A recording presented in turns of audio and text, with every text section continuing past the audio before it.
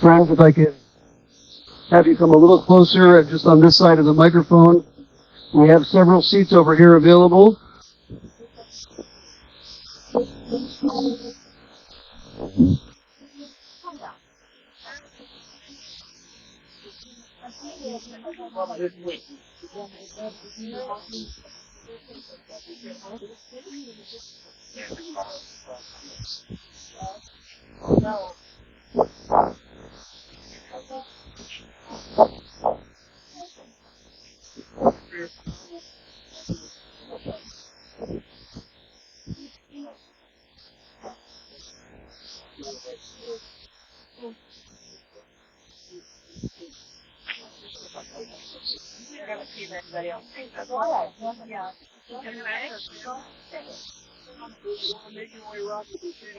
You guys come over here to the over here.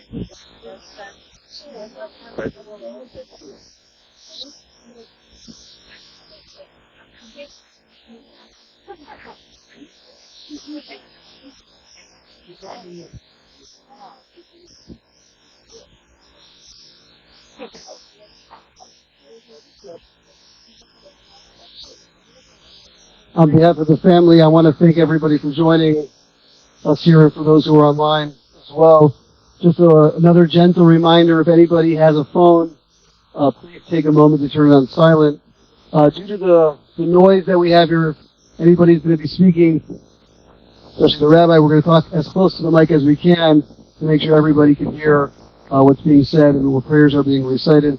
Officiating our service today is Rabbi Shalom Nathan. So I do hope you heard. What's most important actually is that Esfir, Esther Bat Isaac, hears us today. And this is important for us to remember. That today we gather in memory and in honor of Esther, the Esfir, but in Jewish tradition and in Torah teaching, we don't only gather in her memory, but we gather together with her. And that means that the neshama, the soul, or in Russian, the dusha, the soul is forever. The soul is actually, according to Kabbalah, part of God. And godly energy can only transition, but of course never die. So even at the end of life and with God's help and blessing, a long and happy and healthy life, the soul continues to live on and continues actually to love and to connect those who it loved most in its lifetime. So I know it's noisy and not everybody can necessarily hear me, but I'm sure that a spirit of neshama is hearing us. And it's important we remember this as we speak and as we reflect. Everything that we do at the levaya, at the Jewish funeral, is not as much for us to remember and not as much as for us to deal with our grief, although that's important too. But first and foremost, we are doing this as a blessing for the neshama, for the soul of the Esfir of Esther Bat Isaac. We start with a prayer, the prayer of King David. You have it in English inside the booklet. It's the first one. The 23rd Psalm, this is where King David says that I'm never afraid and I never lack because God is always with me. And he says, even walking in the shadow of death, God is always with me, which also means even as the neshama, even as the soul journeys today to the next world, it journeys in God's arms, and as we say, under the wing of the Shekhinah. I'm going to say this in Hebrew, but you can read along in English or just listen to me. Either way is fine.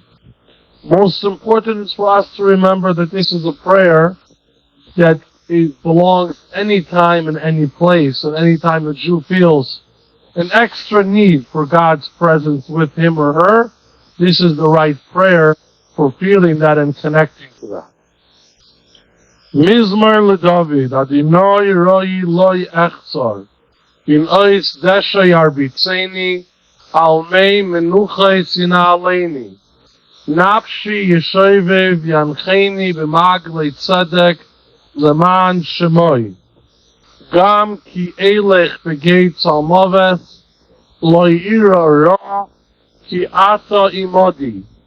Shiftecha mishantecha, Heima Yinachamoni, Tarech Lefonai Shulchan, Neged Toiroi, Ishanta Vashem and Roishi, Kaisi Revaya, Ach Toiv Vachesed Yudufuni, Kol Yimei Chayoi, Vishavti Beveis Adinoi, Vahoinech Yomim.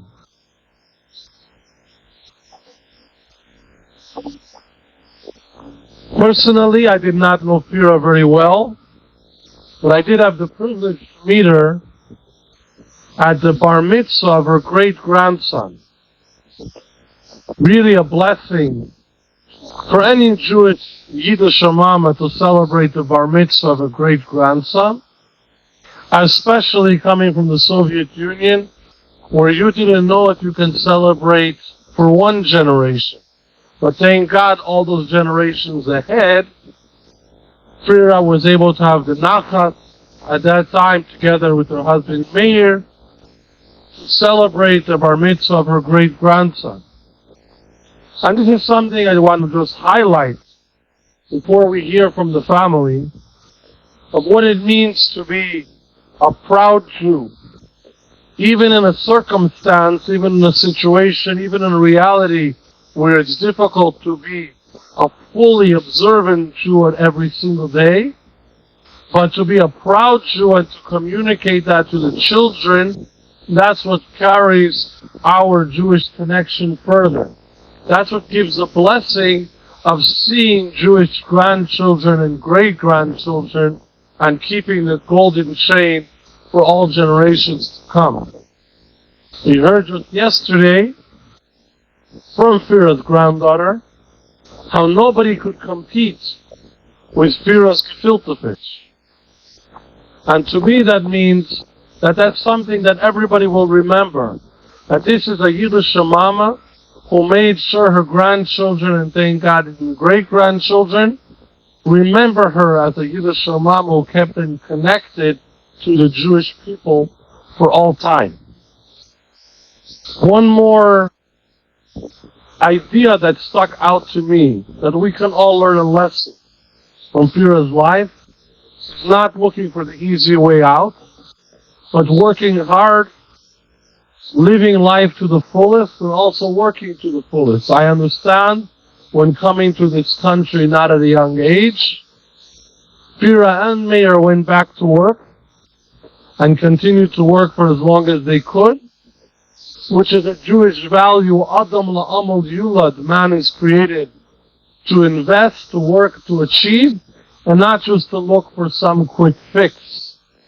We can all learn to contribute our most, to make the most difference, the most improvement in God's world that we can. With this in mind, I'm going to ask from the family to come up. Please go first.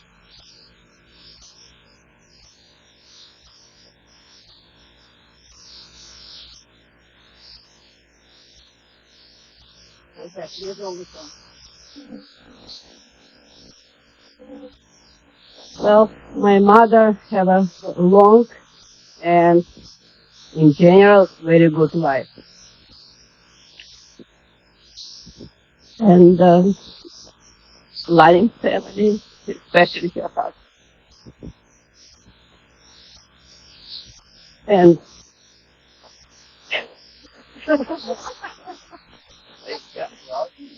I know I don't love them. Well, it's okay. But in my memory from my mother, it was what I call life. She wanna drink this life as much as she can and as long as she can. And it will be for us kind of like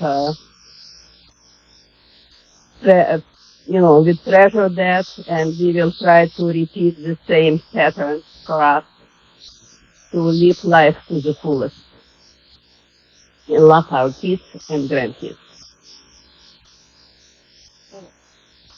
Actually, I think I can reiterate what my sister just said. Her famous quote was, "Take from life everything what you can." And what she meant by that, enjoy it as much as you can, enjoy it to the fullest. And they did. They did. And she appreciated every little thing that she was living.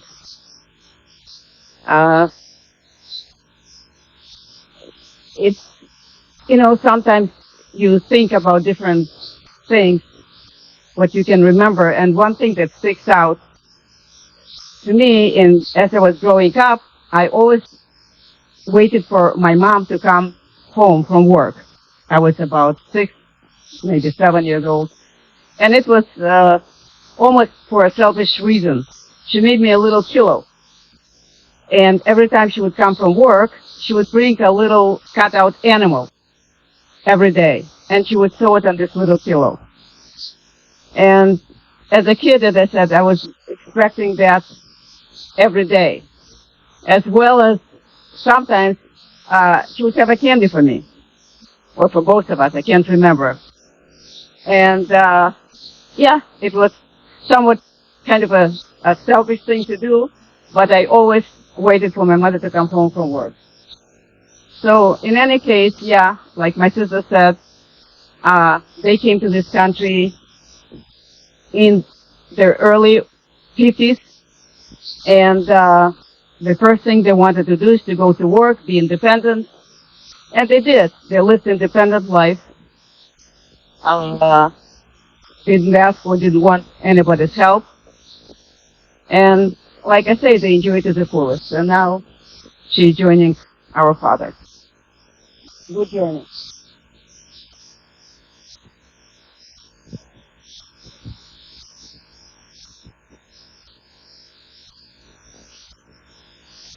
Well, I met this family when I was 17 years old.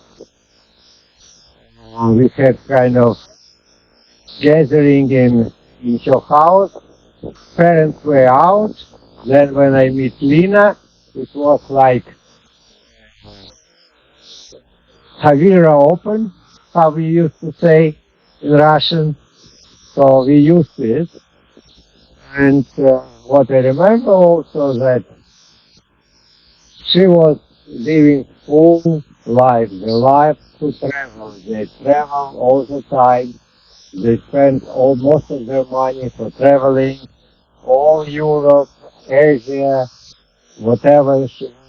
They like cruising. They're cruising almost till, almost 90 years old or something like that, 89, whatever. When I was 17, Fira was younger than on this picture. And when somebody asked, if she asked me, how do I look for you, I said, old. No, she wasn't old. For I was 70 years old, she was old. That's what I remember. It was interesting. She always telling that I love my son-in-law more than my daughter. And we were laughing of that. I of course knew that it is life, but it was kind of pleasant thing to know. So that's That's all I want to say.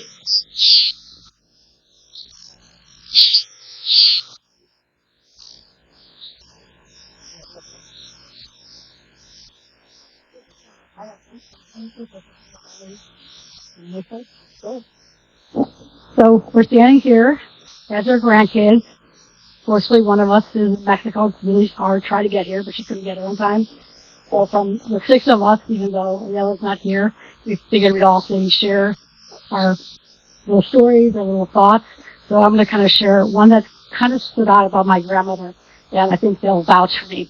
So when we were younger, each one of us, she'd always individually say that we were, we were her favorite. She didn't tell anybody else. So to me privately, she said favorite, you favorite, you favorite. We were sitting in the car, and Carol, being the youngest one day, she's like, well, I don't want to ruin it for you, but I'm Grandma's favorite. Which, years ago, I'm like, this time I think we'll let me figure it out. We're like, no, she says that's everybody. We're all her favorite. So Babushka really took the time to make each one of us feel special. So for me, that was like one of my funny moments that I remember.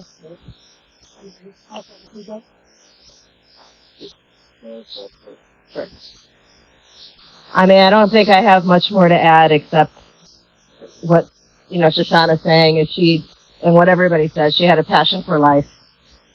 She loved family fiercely. She did make every single person feel special. She told you like it was, unless she was trying to butter you up for something. She was a special woman. She'll be missed dearly. And she'll now rest in peace next to the love of her life.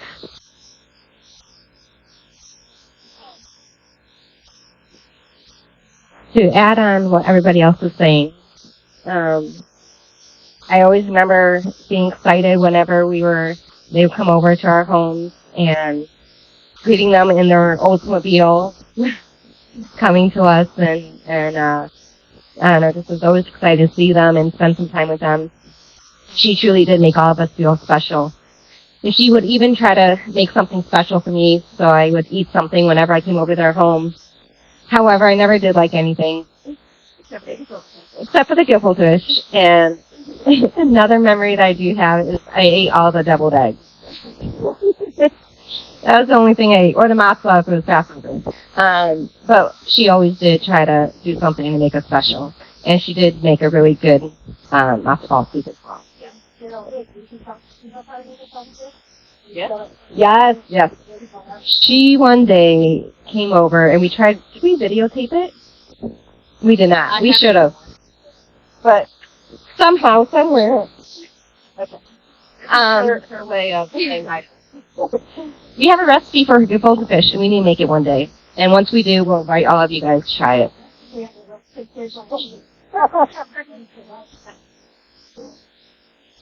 All right. Okay, so best memories that I have of my grandma is when we all met for all the holidays in Chicago on Bellman in her small, tiny apartment, which was a 2-bedroom. We would have a big table every holiday. We would drive from the suburbs, especially Chicago, to celebrate all the holidays. They would cook for a big table, have a 3 or 4 course meal that was put together by her and her husband. And we would bring some stuff over, but we would get together as a family every year, four times a year. So for several long years until they were not able to do so, but those were the fondest memories. And that they never are. At this point, we don't really have that much memory to celebrate. We don't have that big red table. It's so big family together. But that Chicago was really special.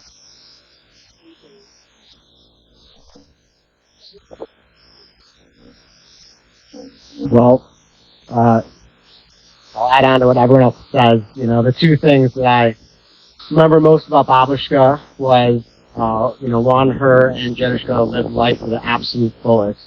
I remember to recently, every time I would talk to her, I would still learn something new about her and Jedushka and the life they lived together, whether it was about a trip or somewhere they've been, or anything about their lives. I always was learning something new, and it always struck me that they must have lived a very full, happy life together. I would like to live that same life where, I will always have new stories to talk about, with my loved one, with my wife, just like Babushka and Jedushka always have new stories to talk about. And the second thing, I'll always remember about her is that she was very generous. One story I have is I was visiting her in Chicago. I already ate lunch, but she kept asking me, "Are you hungry? Do you want food? Are you hungry? Do you want food?" I would always say no. I just ate. I'm not hungry. And this went on for about 5 to 10 minutes. And finally, she said, "Let me just make you something really, really, really small. One bite." I said, "Fine, one bite." I go to the bathroom and I come back and the entire table is filled from edge to edge with food. Everything from her fridge. And at the time, it was almost annoying at the time. But now, it's clear that she was just a generous person and wanted everyone in her life to be happy and full. And I'll always remember her for that.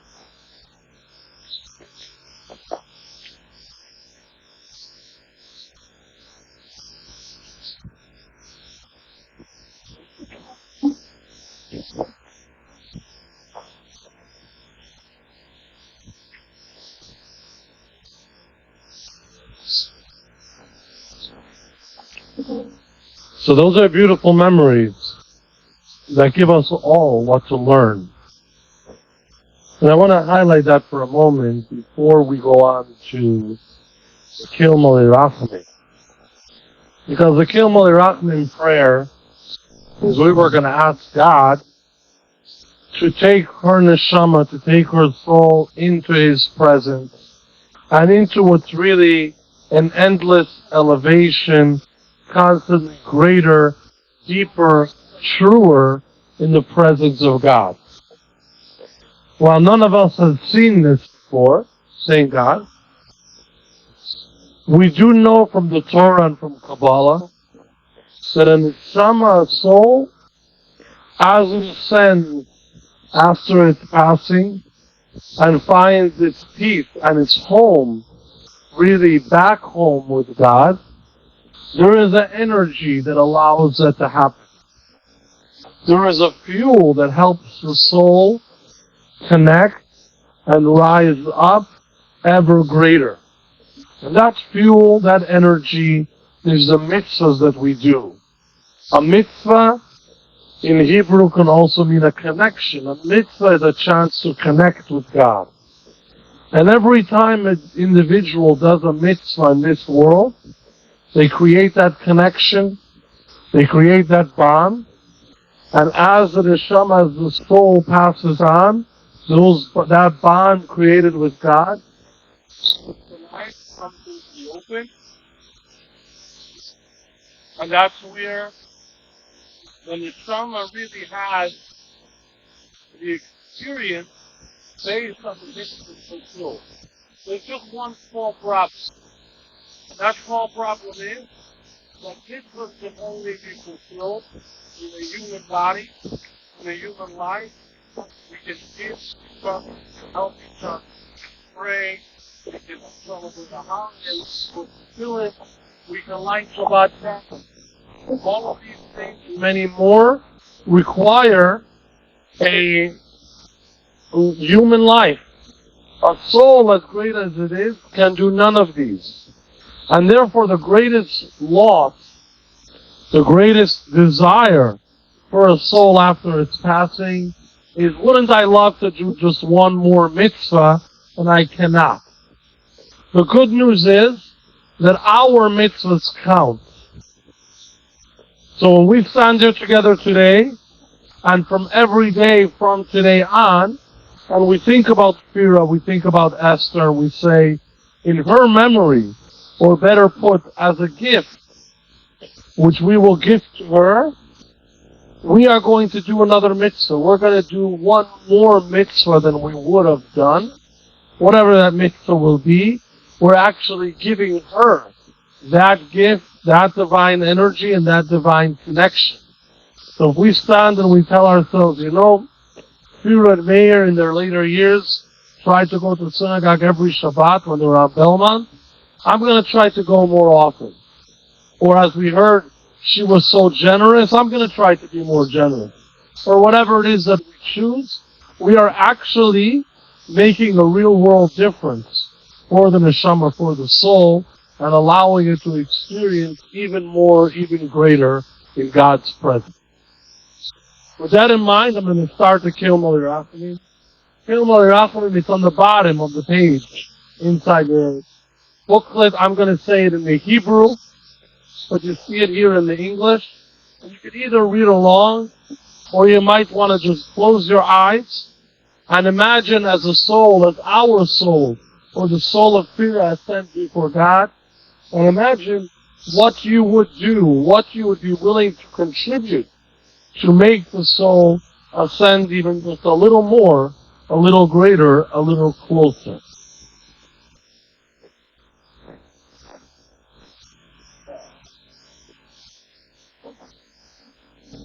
El Malirachim Sheichem Reimim Ametayim Nuchanechaina Tachas Kanfei Ashafina Bibalei Sakideshim Utainim Vizayar Kizayar Arakiya Amazinim As Nishmat Esther Basid Chakshal Chal Yelama Bavur Shenat Vutstaka Badaskar As Nishmasa Began Eden Tei Minuchosa L'chayin Balarach Min Yasira B'sei Tzerkanaf of the Elamim V'yitzer B'tzer Achayim Es Nishmosa Adina Yunachalosa V'tzanuach V'shalom HaMishkava V'naim Aramein.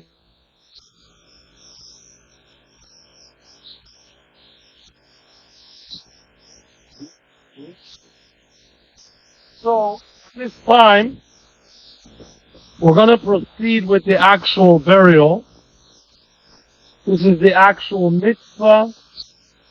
At the end of life, the prophet says, the soul ascends before God, and the body returns to the earth from which it came, which is really how we return the body to God.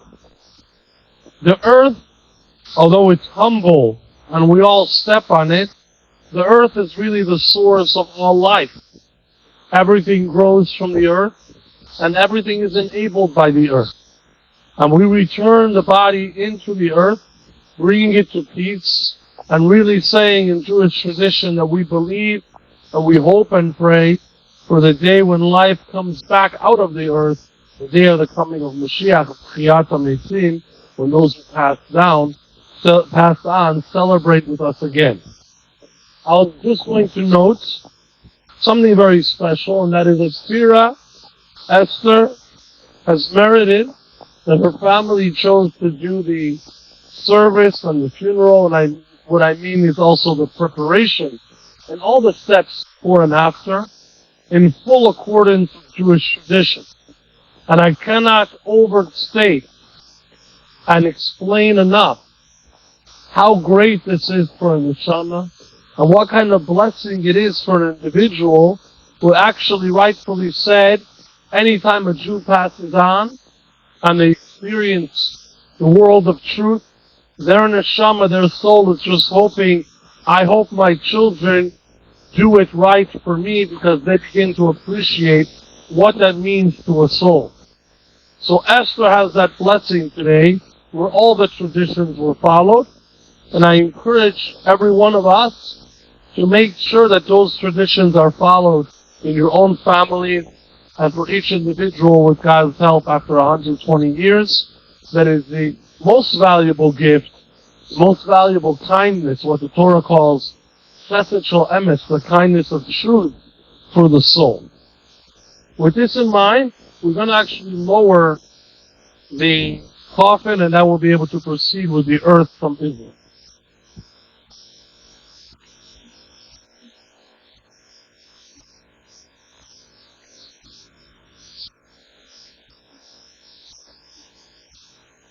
What you see here, earth from Har Zitim, from the Mount of Olives, is the dream of every Jew. Every Jew in all the generations, starting with Jacob, asks, begs, and pleads and hopes to be buried in the Holy Land, especially in Jerusalem on the Mount of Olives. And when that doesn't work out, we bring the Holy Land here to the individual, giving them that taste of the eternal homeland of the Jewish people, and that blessing that when the bodies return to the earth, it's returned in the holy and sacred earth. So we're going to pour a little bit of this earth into the grave to bring that blessing. And I think it's a moment for all of us to turn to God and pray for the blessing and peace of our brothers and sisters in Israel, and really for Jews wherever they are.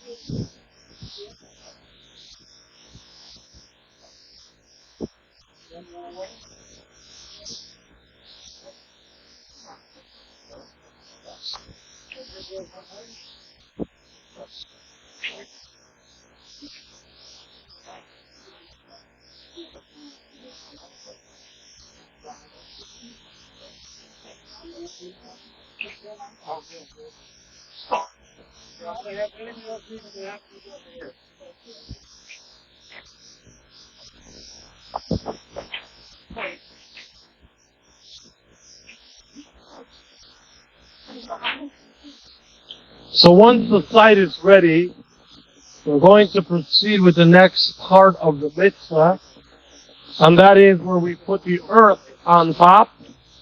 This is actually how we bring the peace and the closure to the soul, and it's a mitzvah for us to participate. So we would actually all be encouraged to step up, taking the shovel and putting a few scoops inside the gravesite. However, this mitzvah is performed as a gift, as a volunteer. In other words, it is not performed by children or grandchildren of the deceased, but it's the volunteer mitzvah of the rest of us, chesed shel emet, that we do on behalf of the deceased. So I'm going to ask family and friends who are not direct descendants of Fira to step forward in another couple moments, and we'll start putting the earth on top. Once we have the layer covered, we'll proceed with the Kaddish.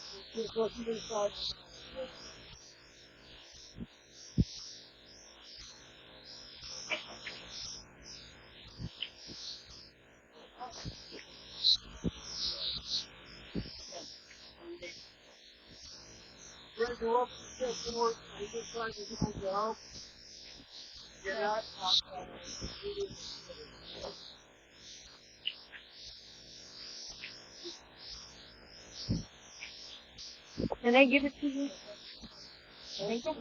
After you use the shovel, the custom is to put it down. We do not pass the shovel from one to the next. Once you complete it, you put it down in the mound, and the next individual will take it.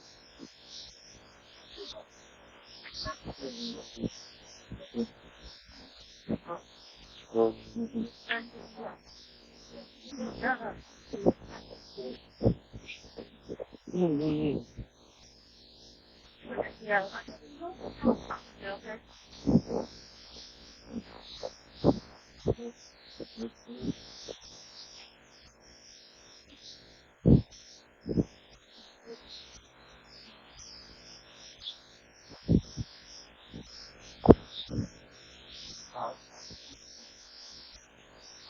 Oh, gracias.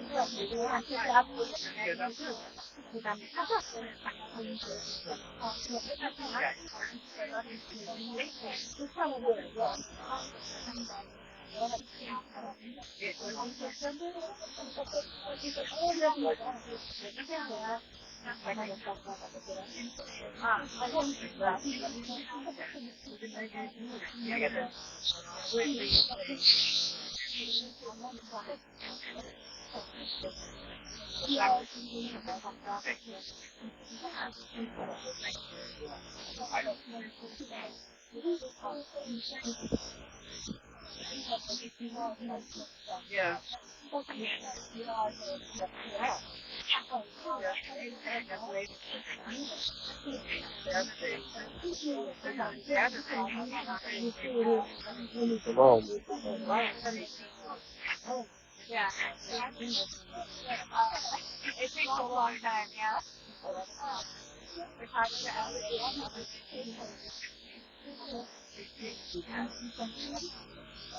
we just have the what I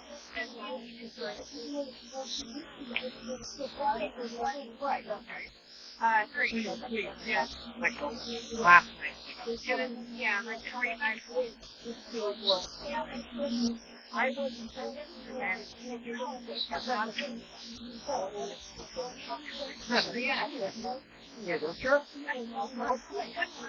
Isn't it cruise? Yes.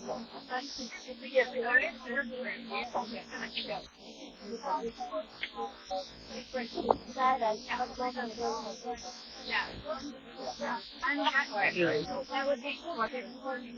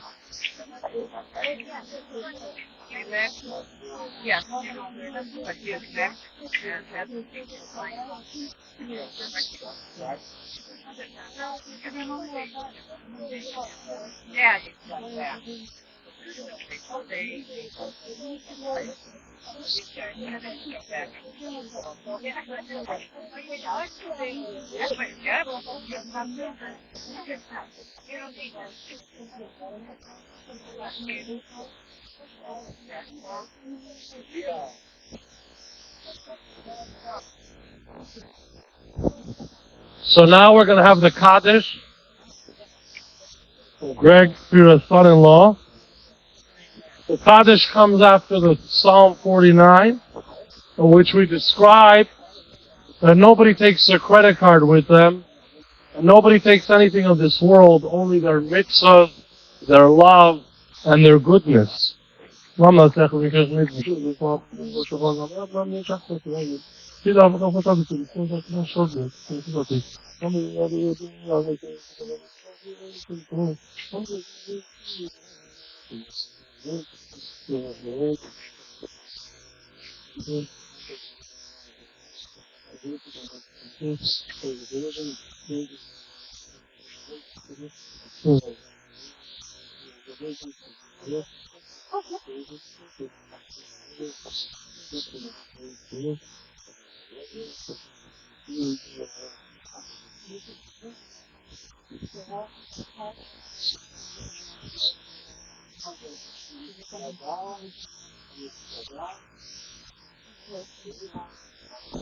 Amen.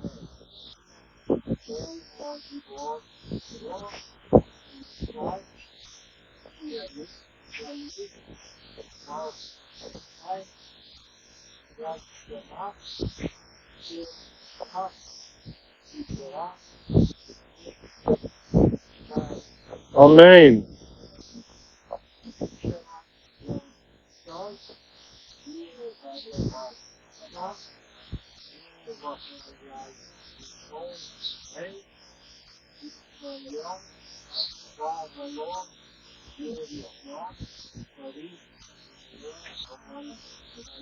Amen. Yehei Shlei Rabam Zorach Ba'olam Romeo Maya Yivore.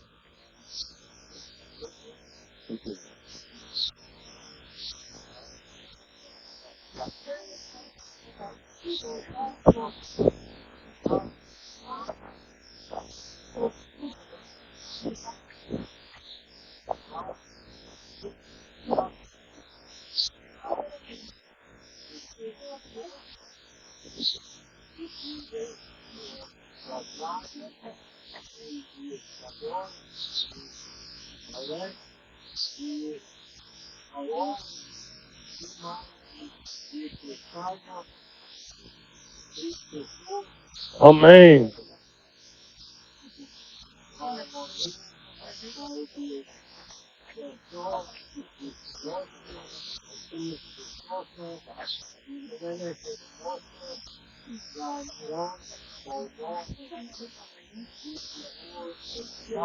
Amen.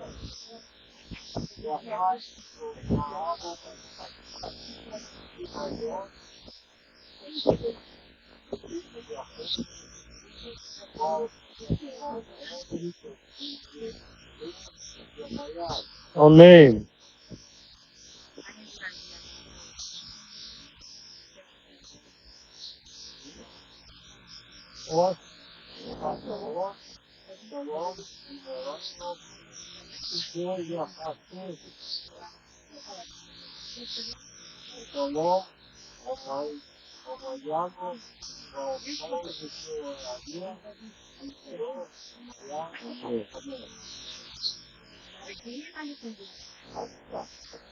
So this Kaddish, which is the most important prayer, concludes the service. However, we still have the mitzvah to comfort and bless the mourners. So we're going to step over to the road and form two lines, men on one side, women on the other. And the Esfir's daughters will pass through and we'll say together the traditional line of comfort where we wish the mourners that God should fill their hearts with joy and God should bring them peace and comfort just as He will bring to all the Jewish people when the Mashiach comes. So please head towards the road to form the line.